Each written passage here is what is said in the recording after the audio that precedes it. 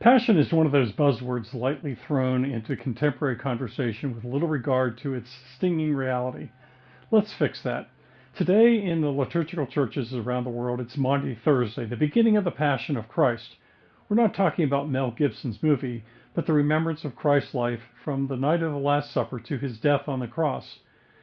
After the Last Supper, Jesus wrapped a towel around his waist and washed the disciples' feet to show that he was there to serve mankind in a personal way. Like us, Simon Peter initially rejects the notion until Jesus says, "Unless I wash you, you have no part of me." Immediately, Simon Peter offers up his whole body up to be cleansed, and it's such a meaningful exchange. But how does this relate to your purpose? The generic setup for your two-word purpose statement is, to the glory of God, I exist to serve by, and then your two words. Jesus washing the filth from the disciples' feet portrays the flow of purpose from God to self to others. First, we're served by God, and just like Simon Peter, we resist God. Once we're willing to receive, in turn, we are called to serve others. So it is simple, yet so hard. We're conduits of God's great power in need of a transformer, Christ, who serves all.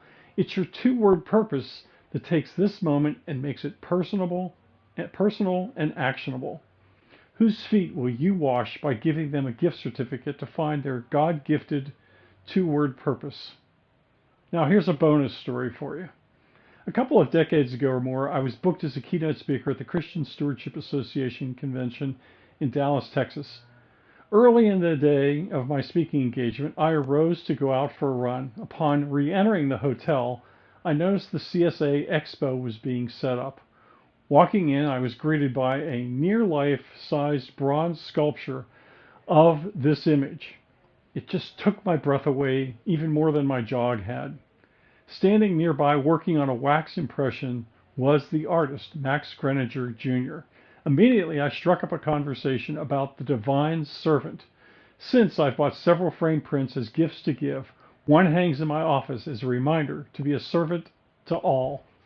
And it sits right back here behind me.